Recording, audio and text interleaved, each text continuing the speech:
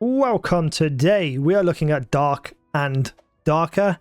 If you haven't seen this game before, it is one of the most unforgiving, hardcore looting PvPvE extraction games, and it is such a phenomenally fun game and something you should be checking out. They have a new update with a whole bunch of new things, a whole bunch of different things that I'm going to talk about very briefly, but I want to teach you about the game as well. If you've never experienced a game like this before, what it is, how you escape, how you get loot, and all the other fun stuff involved. You can play solo or you can play with friends, and you're fighting a lot of punishing creatures, bosses, unique loot drops from specific bosses. There's different modes you can play depending on what version of the game you have. And speaking of version of the game, this is a fully free to access game. It's an early access game, so with all the features and stuff that they have now, they have way more exciting things coming in the future. It's just getting started. Darker Darker is just getting started. And let's get started talking about the versions. So we have a Squire status free account. Anyone can access this. You'll get access to the dungeons, a character slot. You can buy items from the marketplace. You get a default stash, which means each character that you play will have their own stash, and gain triumph experience at the normal rate. However, if you buy the legendary status, which is $30, which in my opinion, with everything you get and what we're going to talk about, is very, very good value for money. You get 8 character slots, which means 9 in total. So all the different classes we're going to talk about, you can set up multiple versions of them, so you can play different characters and have different experiences. You get to sell items on the marketplace and gain access to the trading post. You get a shared stash, so everything that you pick up on one character can be carried over to another. So say you're on a ranger and you find a really wicked sword that you like that doesn't fit the ranger, you throw it in your stash, you go on your warrior or your berserker, you got access to that, which is cool, and you get 50% additional triumph exp each time you extract. Now, one of the cool things about this is $30. However, you also get the equivalent of 15 redstone shards, which is $30. So everything you get here is basically free, and you get 15 of these shards. Then you can spend these shards on anything you want to. You could be a nice little kitty cat. You could go down here and you could be a lizard man if you really wanted to. So you get access to 15 redstone shards for all those cosmetics, and you get all of this extra stuff free. In my opinion, ridiculously good value for money. But let's talk about what we're seeing on screen right now. We have quest logs. So you have all these different merchants and they give you different quests to get different rewards. These are things you just do passively as you're going. So like killing wisps in the Forgotten Castle. We can get stuff like getting campfire kits, which you can pick up or you can buy from other merchants. You fill in all the items and you get all of these in return. So you get affinity with whichever merchant is giving you that, and then you get EXP for your character and then a few items. This is just a nice way to just keep progressing throughout the game while you're just playing. Even if you're failing and dying and not extracting, you're still getting some things towards it. So like the killing of specific enemies, some of them obviously you have to escape, which is great as well. It just adds a different level of difficulty to these challenges. Every time you finish one, they offer you another one, and you just keep progressing that way. You just keep taking quests and completing them as you go. These ones obviously kill frost archers. I've killed 2 of them, and once I finished all this, I get all of this nice stuff: 9 healing potions, 9 protection potions, 9 invisibility potions. I get some candy canes for Nicholas, who's a merchant. So quests are in this game, and they're just very naturally there, just going alongside when you're playing. You don't have to think too much about them off the bat when you're first playing, but they're there to help you out. So before we get on to talking about the other classes, this is my current class, my ranger. You can set up your character individually to how you like it. So for instance, over here, what you start with is the true shot. Projectile flight speed is greatly increased, also increasing damage bonus by 8%. And you also can have a ration, which is 25 health immediately when you eat it. There are other things, if you want to play more strategically, you can have a back step, so you jump backwards. Forceful shots, using a bow type weapon, ability to knock targets back for 8 seconds. Multi-shots, penetrating shots, purge shots, quickfire, quick shot. Now these are all different unique abilities to the ranger, and you can set whichever ones you want up, but there's also perks as well. So here I have a chase perk, detect recent enemy footsteps and can hear enemy footstep sounds from further away. So any other players that you run into, you're going to have a little bit of an advantage. And then you have other stuff here. So like when using your bow, increases your draw speed by 15%, which I noticed when I first started using the ranger, it did feel a little bit like it was too long. But if I equip this now, I'm just going to be firing those arrows out as quick as possible. There's also a whole bunch of other stuff. So, you know, crippling shot, hitting a target in their legs reduces their move speed by 40% for 1 second, which means, you know, you can back up a little bit further. So if you throw this crippling shot in with the backstep, you can put a large amount of distance between you and an enemy. And there's a whole bunch of other stuff which I don't have the time to go through in this video, unfortunately, but when you play this game, you are going to see that there is so much variety and builds that you can make for your specific characters. But let's talk about all the classes that are available. So here we have the body types. You know, you can be male or female. We have a fighter, who is basically your sword and shield. You can see all the stuff here. Can equip most weapons and armors, well-rounded attributes, has the ability to sprint, dependent on equipment, cannot cast any spells. So this is kind of like your main, like, this will suit you until you learn the game type of character. We have the Barbarian, which we just discussed. We have a Rogue, which is high movement speed, quick attack speed, quickly interact with objects, can pick locks without a lockpick, can detect and disable traps, moves more silently, but they have low health, low damage resistance, low magic resistance. So you just want to be in and out there. We have the Ranger, which we just spoke about as well. Cannot equip most melee weapons, but has low damage with melee weapons. And then we have all this extra stuff here. We have a Wizard. So wizards can either equip a staff or a spell book. You can cast powerful spells, meditate to self-refresh spells, wield magical weapons, slow interaction speed, low physical health, low physical damage, and low health. We have a cleric, cast healing and protective spells. So if you're playing with your friends, you know, this is going to be very, very useful. Even on yourself, you know, cleric's pretty strong from what I hear. Equip plate armor, bonus damage to the undead, obviously. Adept with many blunt weapons, but slow attack speed, slow interaction speed, low damage bonus. We have a bard, which I've seen a lot of people use and it just looks too confusing for me. Crowd control, good swordsman, but they're loud, so people will be able to hear you from far off. So if I'm there with my barbarian and I hear you playing, I'm coming after you. We have a warlock, cast curses to debilitate targets, access to multiple physical weapons, uses health while casting spells, which is crazy. Consuming too much health causes death. I don't know how anyone plays this. I'd be very interested to see a good warlock. In fact, I might look that up after this video. We have druids, able to shapeshift into various animal forms, utilize nature spells for healing, limited equipment. I think this would also be interesting as well. The sorcerer, work in progress. We have ability to cast spells without a magical item, ability to merge spells, long casting times, long spell cooldowns. I find that potentially with the spell cooldowns and casting times, if they took a fraction off it, the character would be a lot more inviting as a new player. Because let's just say, for instance, I can't remember exactly, but let's say the casting time is 3 seconds. If they cut that down to like 2.8 seconds, I think they'll be in a really comfortable spot with this character. However, still a lot of fun, so, you know. So this is your stash, basically. And I left the game right at the start of the game because I had to go and do something really quickly, and I lost all of my items. So I had like a blue bow and some other stuff. However, I did find that one of my merchants, the goblin merchant, go to the service and he got all this stuff for me. So this is all my stuff right here that I can get back. So I have to pay for them, but I can get them back, obviously. So let's go here and here. I don't think I need that ring. So we fill in the stash, make the deal, I get all my stuff back. So even if you accidentally need to leave or something happens, say your PC crashes, you know, you get your stuff back. You have to pay a little bit of money for it, but the money you're gaining throughout playing the game, you're going to be okay. So, you know, I got this pair of gloves here, 1.5%.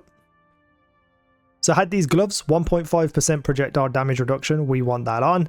We got these buckled boots, we got these pants, and we got this bow and this sword as well that I had also. So here now I have my setup for when I go back into the next game. I picked up all these in one run, which means then when I go back in, I can use these from the start and have a much better chance of surviving, getting more loot, and using that loot to do other things within the game. So you go in, you get as much as you can, you try to avoid getting killed by loads of things, and then you escape and you benefit, and you just keep going from there over and over and over again. It's a shame when you die, when you have a lot of good stuff, but that's also part of the fun of the game. It's part of the challenge. I even find that like when I lose something that's like blue rarity, I'm not too upset. It's like, oh man, I really wish I could have kept that, but it's like, okay, I'm going to go in and find another one. And that's what's exciting about this game, in my opinion. If I go over to the merchants, they all have different things. Like an alchemist, you can buy healing potions from, but you can also sell to these merchants, but they only buy specific things. The alchemist buys quite a lot of different things. The armorer, for instance, here, you can sell armors to him. And the basic level ones aren't going to really get you anything, but the things that you sell that are blue or green or things that you pick up in the dungeon, you will get money for them. You just sell it to the person. I'm just going to sell it because I don't need it anyway. So essentially you'd earn money that way. Then you use that money to buy other stuff if you need it. There are some things like Nicholas, who's an event at the moment. You pick up candy canes in the game and you can get really good stuff. So if you find candy canes right now, you're going to get a lot of good stuff very, very quickly. I haven't found too many yet, and I think when I did find some, I died, unfortunately. But there's ways to get really epic stuff. When you're doing quests for them, you know, you build up affinity with them, which I think improves their what they sell. So I can buy some bandages at the moment from this surgeon, but the more I level him up, I believe his inventory will get better. Someone like the woodsman is important for me as a ranger because he sells all my arrows. So I can go here and buy arrows so that I always have them in stash. So I go here, make the deal. I've got a whole bunch of arrows now, which I can then drop into my stash. So even if I die and I lose my 40 arrows, I have backups here ready to go because I've went in before, made loads of loot, made loads of money, escaped. And that's the cyclical nature of this game and why it's so interesting and fun. So I have some clips that I'm going to show, but first, before we get to that, I want to show you going into a specific area and how to escape. So, you know, we've got the Goblin Caves, we've got the Frost Mountain, we've got the Ruins of Forgotten Castle. These are different places with different environments and different enemies. Goblin Caves for me feels a little bit easier. The Ruins of Forgotten Castle has so many enemies everywhere, it becomes quite challenging. We have high roller versions of them as well. Like I said, high rollers just give you more loots, more unique bosses. And, you know, if you can get to high roller, that's where you want to go. So let's just log into this and go in. So boom, boom, boom. So when you spawn in, you can spawn in anywhere. You might have a chest right by you, which is great. So we're going to open up this chest. And I can get a leaf gold bangle floored, which I know can be sold. I'm going to take this as well. Even though I can't wear it, I can sell it on, you know, to the merchants. So we're going to take out my bow. And typically there's usually a lot of spiders around in these areas, and they're very, very annoying because they endlessly spawn and they do a lot of damage because they're in your feet. They're in your feetsies. However, what I wanted to show you was the map. So I spawned down here in this corner. You can see that throughout this map there are blue symbols. We have a set of stairs here, which is an escape route for people to run out of the map when they've got all the loot that they want. It's a one-time use. After someone uses it, it caves in. So if you're looking to go up to here and escape through here, you need to make sure that as you're running through the map that nobody else has gone through it, because then you might have to divert and go somewhere else. We have these little portal symbols here where you stand by them for a certain amount of time and then the portal will portal you out. I think these last forever. I don't think they disappear. Don't quote me on that though, because I've never used them because I like to stay on the edges and go to the easier places. And then we have these here, which is a rope, and it's the same thing. You use the rope, it's a one-time use, you escape, and then other people have to go elsewhere. So essentially you're going in, and when you spawn, your best bet is to look at which are your closest escape routes.